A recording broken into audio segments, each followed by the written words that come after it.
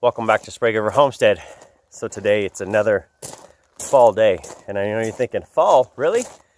Well, we have 20s projected over the next 2 weeks overnight. So what that means is we pretty much have to get everything kicked into get ready for winter mode. One of Nikki's friends lately said, you know, the last time that this actually happened, where everything got really cold in September, was when they had 8 feet of snow, and that was in town. So out here where we are means it's probably going to be worse than that. So we're going to kick everything into gear to get ready for winter. So today I'm basically going to start getting our fireplace ready to go. I'll show you guys how I'm going to do that, how it's cleaned up, and you're pretty surprised at how much stuff comes out of the chimney itself. Nikki's out here in the greenhouses, so you can see the one back to the right there is the one we just finished up the hoop. Now that one, she's going to harvest everything out of there because I don't think it's going to hold to 20s. And then in the domes, she's out here getting stuff together. So let's take a peek at where she's at, and we'll show you kind of what she's doing. She's basically pulling everything. Okay, so you can kind of see in the dome how worn down everything looks. Peppers are starting to yellow. Tomatoes are getting real droopy. Even the squash is having some trouble. We could probably keep this thing going for a while. But to be honest, by about October 1, I usually try and shut the garden down anyway. Other than things like kale and broccoli that'll stay going. I just have so much other stuff to do. And as Kanan mentioned, good chance snow is coming. Do I think we're going to get 8 feet? It's hard to say, but I do think it's going to be pretty cold this winter. So basically I'm going through and I'm picking all the peppers this week. I'm going to pick all the tomatoes that are ripe and trying to keep this dome closed up and see if we can keep the tomatoes going until some more ripen.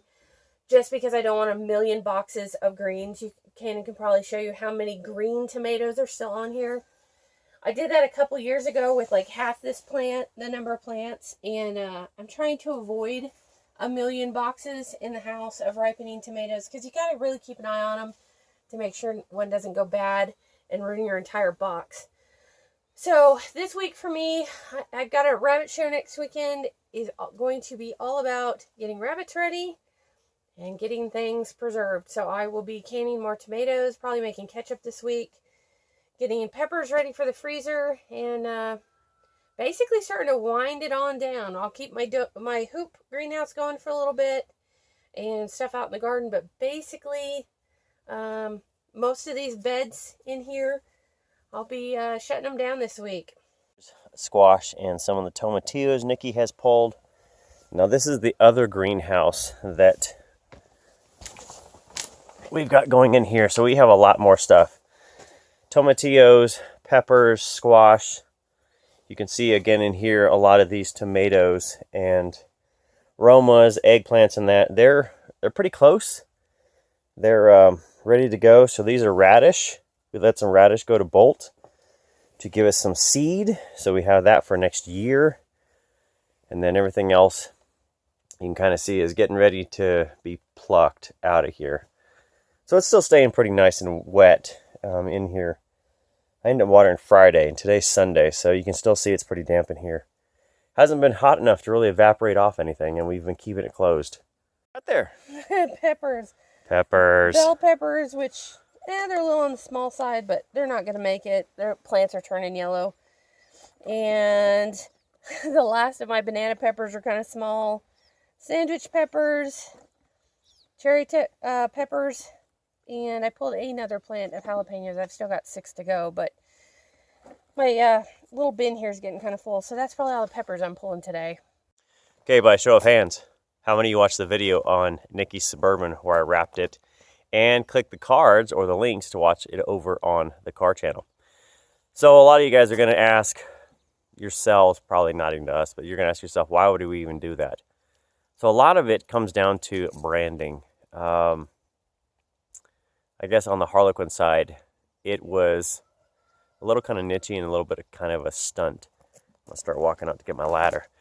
But a lot of it really is branding. So in the rabbit stuff, Nikki took it up to Redmond, which is, it's not a huge show at this time of year, but a lot of people honestly, when she pulled in the parking lot, they knew exactly who she was. And that's kind of the thing you want. You want that name recognition so people know exactly who you are. And I'll tell you, there's some rabbit groups on there that pictures of her Suburban have been shown in Europe. I think they've been shown in Asia. So it is a worldwide thing. And now, Sprague River Rabbits is known, well, it's known worldwide. She was already kind of listed as kind of a go-to person to ask a lot of questions about.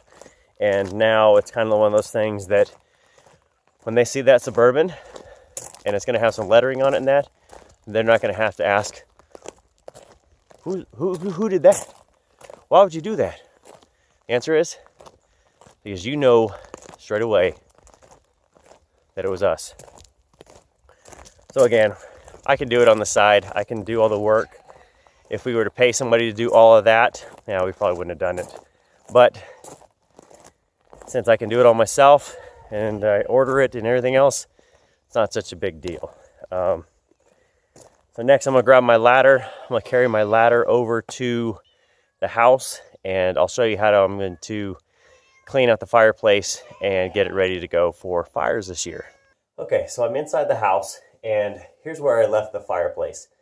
When we finished up in, I want to say April, when we finally did the last fire of the year, I haven't touched this thing since. Close the door, done. So you can still see it's got ash in there. So I need to get the ash cleaned out. And then it's lined with little concrete blocks, basically. Those heat up. So those they keep kind of ash in and that. So they pull out. So I need to basically pull from the bottom. They'll slide out. I then take them out and I typically go wash them off. I'll put them in a bucket. I go wash them off. Let them dry, and then I bring them back in. And I let them dry for probably about 24 hours. I'll close the door at that point and open the flue so when I go scrape everything down, it will fall down and it will collect down in here.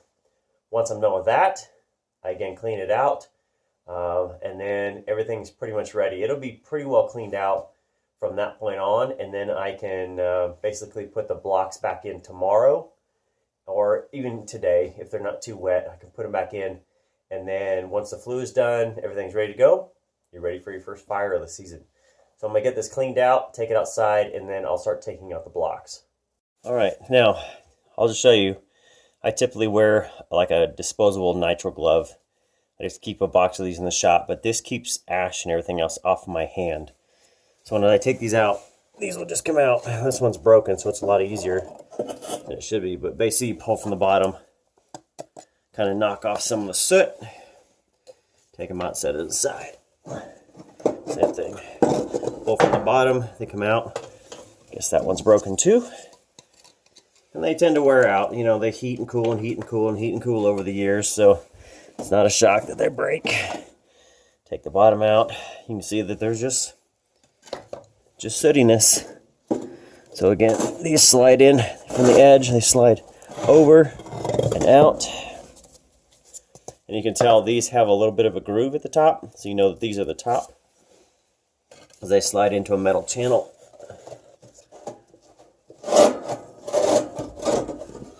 Slide over and out. All right, now I've moved on. With the outer edge is done, I moved on to the stuff that's on the top. Now these don't, on either end, have that little channel. So you know that these are going to be your top bricks. They're really pretty much the same other than the channel itself. So if you actually bought some of the others that had the channel, you could really just kind of snap them off and get you flat. And so in order to take these off, you push up the front of them, you slide them all the way forward, and then drop the bottom out and then out the back. It's really hard to show, but they're really not bad. Whew, that's dirty.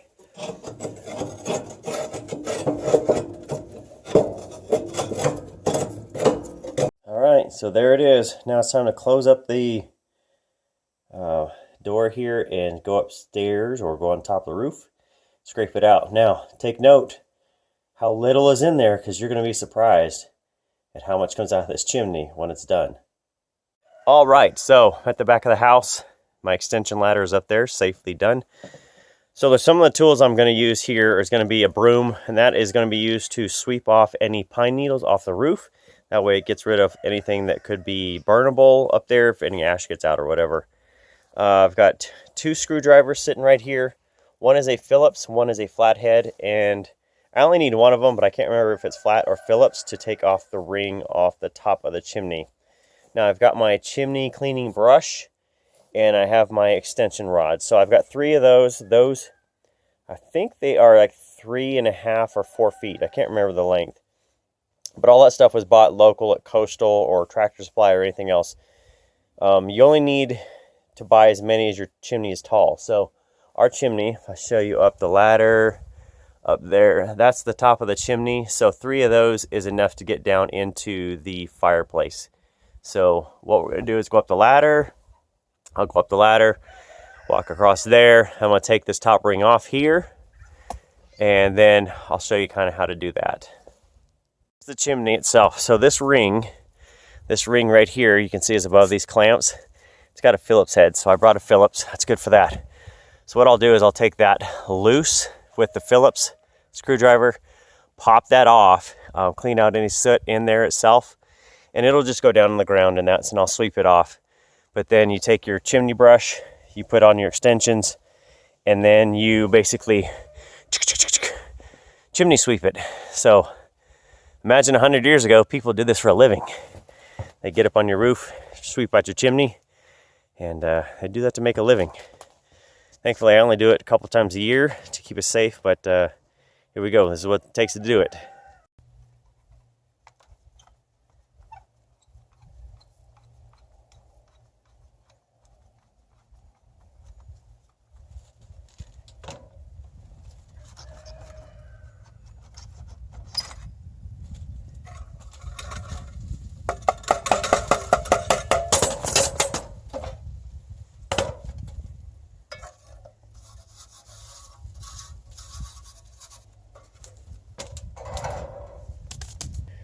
So here's the top of your chimney. Check that out. Look how sooty that is. So that's all going to go down there. I'll show you down in there. How crazy, huh? That is a winter's worth. Ooh, that's a winter's worth of fireplace use. So now I need to get out my chimney brush, get all it swept out, and it's all going to fall down in there into the fireplace. So make sure you close that door and seal it tight, because all that's going to come down. And if the door is open, and I did this from experience, if the door is open, it makes a mess. And your wife gets really, really unhappy that you've made a mess of the living room.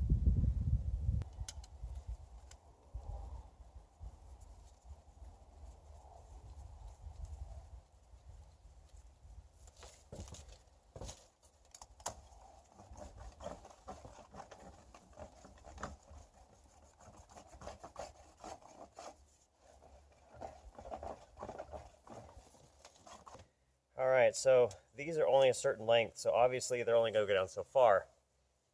So some of the best things to do is do a certain length as best you can to reach down in there, get your next rod, and put the next rod on. You can put all 3 on if you want. It just becomes a little bit more cumbersome to use. But worst case, with all 3 on, if you dropped it, it's only going to go down to a certain point, and you'll have enough to be able to pull it back out. So obviously the brush is there. Now when you're doing this, your brush isn't exact fit. It's pretty close, but it still gives a little room to gap. So as you're scraping it around, you're probably twist it around clockwise.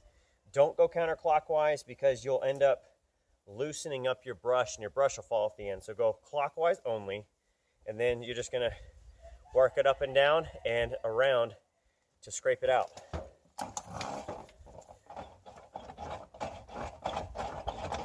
You're gonna know when you've got a good section, because it'll initially be tight because of all the creosote and the ash and everything in there. But when it's cleaned out, it'll be pretty loose, and your brush will fit pretty easily through there.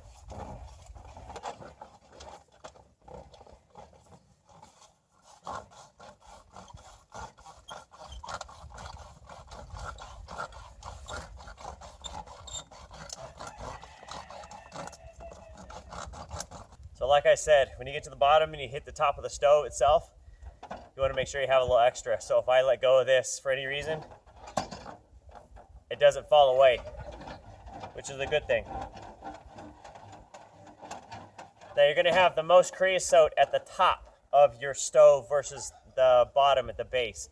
Why that is because it's cool, or it's cooled enough up here to start to congregate, I guess you'd say, or to line it up. So as you get, the further down you get your chimney, the less you'll have there, because it's basically hot gas that hasn't cooled enough to kind of collect on the walls and that. So it's going to be worse at the beginning and easier as you go.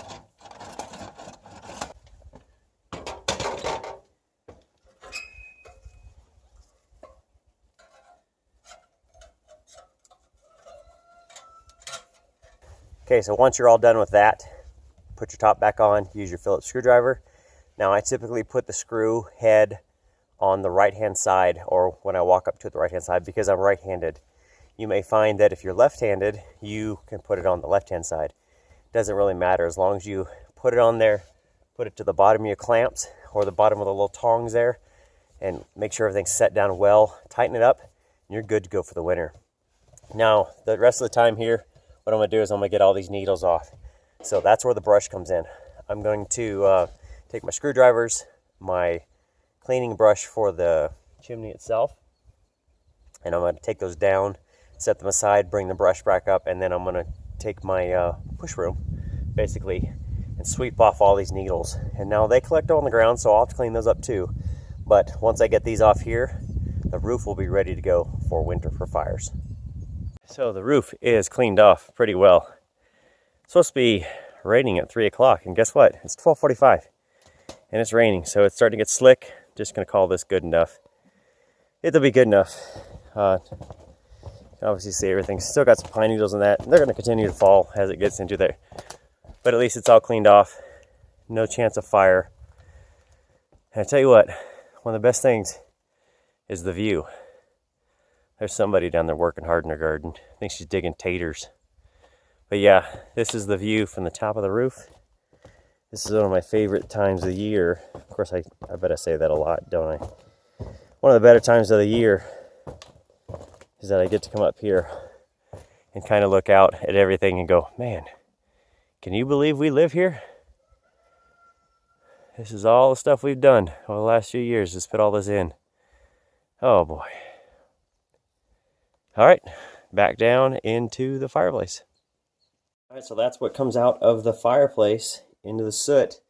So it's kind of using a flashlight to help illuminate it, but you can see that's quite a bit. So I just need to get the glass cleaned up here, get this all cleaned up with just some Windex and a couple paper towels, get everything else cleaned up, and then put these bricks back in. But there's the fireplace. It'll be ready for fires. Yay! So I've been digging up some of the potatoes. The one 12-foot bed that always does really good for me this year only gave me spuds about this big. But this 16 that I have struggled with the entire time I've lived here and never gotten anything, gave me potatoes of this size. So I think maybe I figured out the magic secret to get this bed to perform. Got some big ones out of another 16-foot bed that never does very well. But apparently she needs amended and better water. So I will be getting all these dug up this week. Some of the plants aren't quite dead yet, so no big hurry there. But with the cold coming, I'll have Kanan show you my cabbages for sure have got to come out. I don't want to lose those beauties. They look fantastic. Yo, those look good. The green ones in particular are fantastic. The reds are a little smaller, but those greens are the bomb. I only got 4. The rest of them died off, but they look pretty good.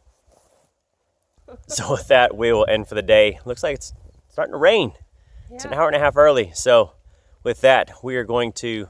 Ooh, let me move her in the frame. What are you doing, homesteading? Sure. You look like crap. Are you homesteading? Yeah, I also look like I haven't slept in a week because I barely slept in a week. So with that, guys, we'll end today. Kind of going to get it rained out, so we're going to clean up and go get some linner, which is a late lunch, early dinner. You can use that if you want. It's a Homestead original. Thinner. So that's it. Thanks for watching. Thanks for subscribing. If you're new, you have any questions on anything we do, you know where to leave them. Leave them down in the comments. Otherwise, oh, it's really starting to rain now, so we got to go. Happy homesteading. Get your stuff put up for winter. It's coming.